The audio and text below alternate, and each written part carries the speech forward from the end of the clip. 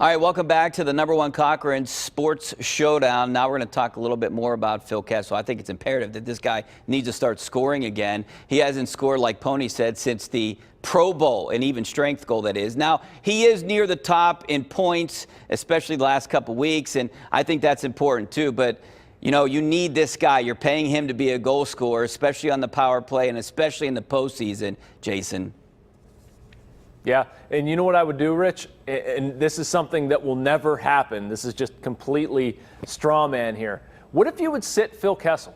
He's got the Iron Man streak and whatever, and he's attached to it, and for that reason, they will never, ever do this. But if you would sit him Saturday against the Rangers, that game that is shaping up to potentially be meaningless, try to get him a week off before the postseason, get him off the ice, just let him completely disconnect. I'm curious to see what he would look like in the postseason with a little bit of a break, but I know they're not going to do it. It's just something I think about might be fun. Yeah, disconnect might be too operative of a word. I think he might shut down there. He carries that Ironman streak that's something so very important. You know, I think last year it would have been more pertinent to do that because apparently he's more banged up than he is this year. And I don't know, is there injury afoot here with him? It just seems to be more bad play than it is anything else with Phil Kessel at this point. Well, I'm going to say something that might offend like the Penguins Jesuses of the world on Twitter. These crazy Penguins fans, these zealots who drive Mackey nuts sometimes. They don't. No, he loves all of you. You know, if Phil Kessel does not really bring the goods in the playoffs, is it over here? I mean, I think the rumors were out there. If the right offer got made last year, I think Jim Rutherford would have jumped at that opportunity. And I just wonder, he's the type of guy you'd rather date than marry. I think coaches have said that about him in the past, maybe not quite that way.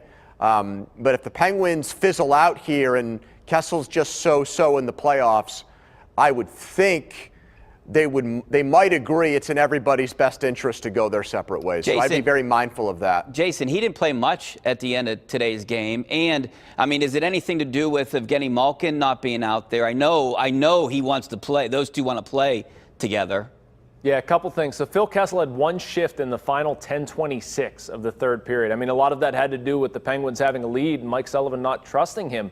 And to Andrew's point, yes, I think he's very, very much on point there that this summer, if it doesn't correct itself with Phil Kessel and if they, you know, if anything short of a deep playoff run where suddenly he recaptures a bunch of magic, yes, I think Jim Rutherford will actively listen. He actively listened last year and there just wasn't an offer there. I think he'll do it again.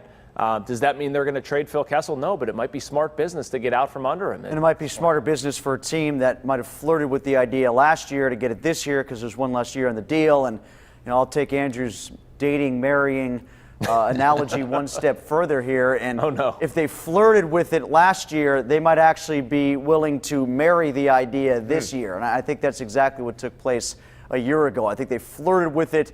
And this year it might be a little bit easier to follow through. All right, the Pens haven't clinched anything yet. They need another win or a Montreal loss. It looks like that's going to happen with the 3 teams left. And plus, Montreal has probably the most brutal schedule left. They're playing Tampa, Washington, and Toronto, so they might lose all 3. But my question to you guys, I don't think home ice advantage is that important. I actually like that they're in 3rd place right now, can go to New York and maybe steal one of these games, and then the momentum's in their favor and home ice is in their favor. Tim, what do you think? Do you think they need to be second? Or no, I don't think they need it. I tend to agree with your larger point, Rich, but you know, I prefer to have it than not. You know, I think a lot of people look at the Penguins' track record over the years because they've never won a cup here in a clinching Game 7. It's not important at all. Look, they got on the road and they've beaten the Washington Capitals on road ice a number of times. Yeah, they have, but it sure was nice having home ice against Ottawa. It sure was nice having home ice in Game 7 against the Tampa Bay Lightning. And even for some of those series where they went on the road and clinched in Game 6, I'd say it was certainly nice to get the first 2 at home against San Jose and the first 2 at home against Nashville. Am I right? Yeah, I don't base my opinion on anecdotal evidence. The statistical evidence is that I think home teams in the first round win like 52% of the time. So it's pretty much a coin flip. You go year by year, you're going to find 4 home teams who win in the first round and 4 who lose. So to me, it's all about the matchup. If you're in the 2-3 spot, you're going to play an Islanders team that doesn't have a lot of scoring. They've got a coach who's won and lost to you in the playoffs and wants to play every game 1-0. And I would be comfortable going into that series with that team, whether it's played on Long Island or in Tim's backyard. I do agree with Rich. That's Liberty Avenue, so they better be careful how they freeze that. I like what Rich said about going up to Long Island and having to maybe change the momentum, change the series. I think playing there is going to force the Penguins to play a certain way that maybe they wouldn't play in front of their home crowd, where they feel a need to entertain and be a little bit more fancy. And I hate those fans. No, seriously, they should shut those fans up. The Tavares thing earlier this year, they're animals in Long Island. I've been to playoff games there with Richie. They were very mean to Richie the last time we were there. Oh, I remember that. Actually, I sat next to Richie. We took a selfie together. Yes, I remember that. And then we were both mocked for it. They also need to. They also need to open on the road because the hotel rates, if they open at home, are completely a pain in the butt for me. So yeah, I'll take opening on the road.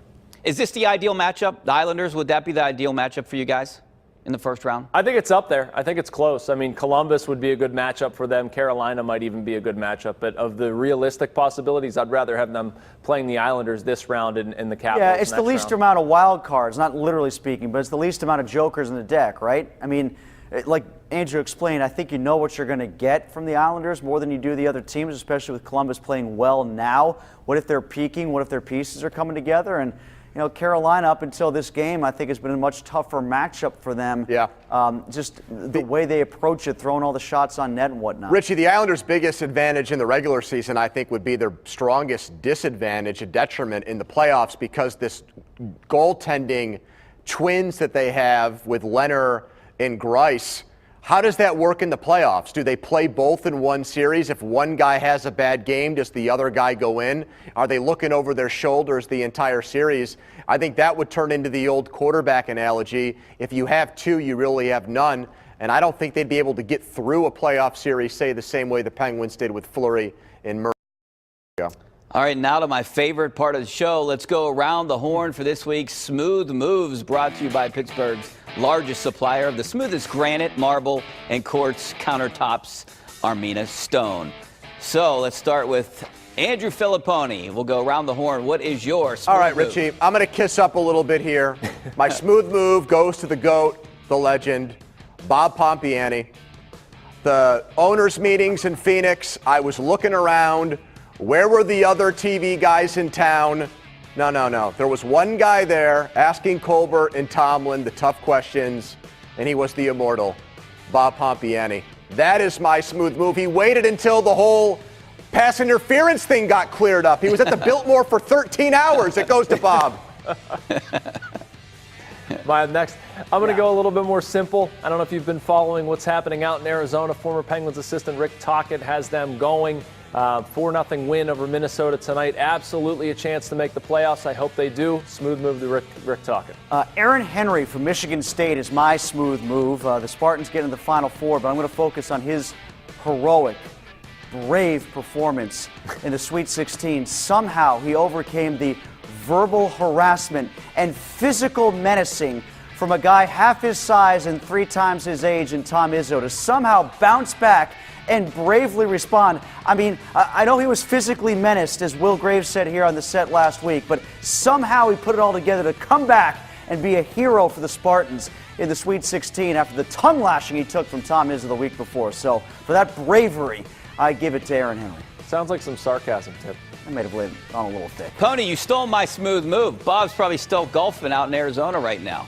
And that is our Smooth Moves of the Week, brought to you by Armina Stone, who features Pittsburgh's largest indoor stone gallery of granite and marble countertops, imported from all over the world to give you the smoothest countertops in the area. Score a touchdown with the new granite countertops from Armina Stone, the #1 Cochran Sports Showdown. We'll be right back.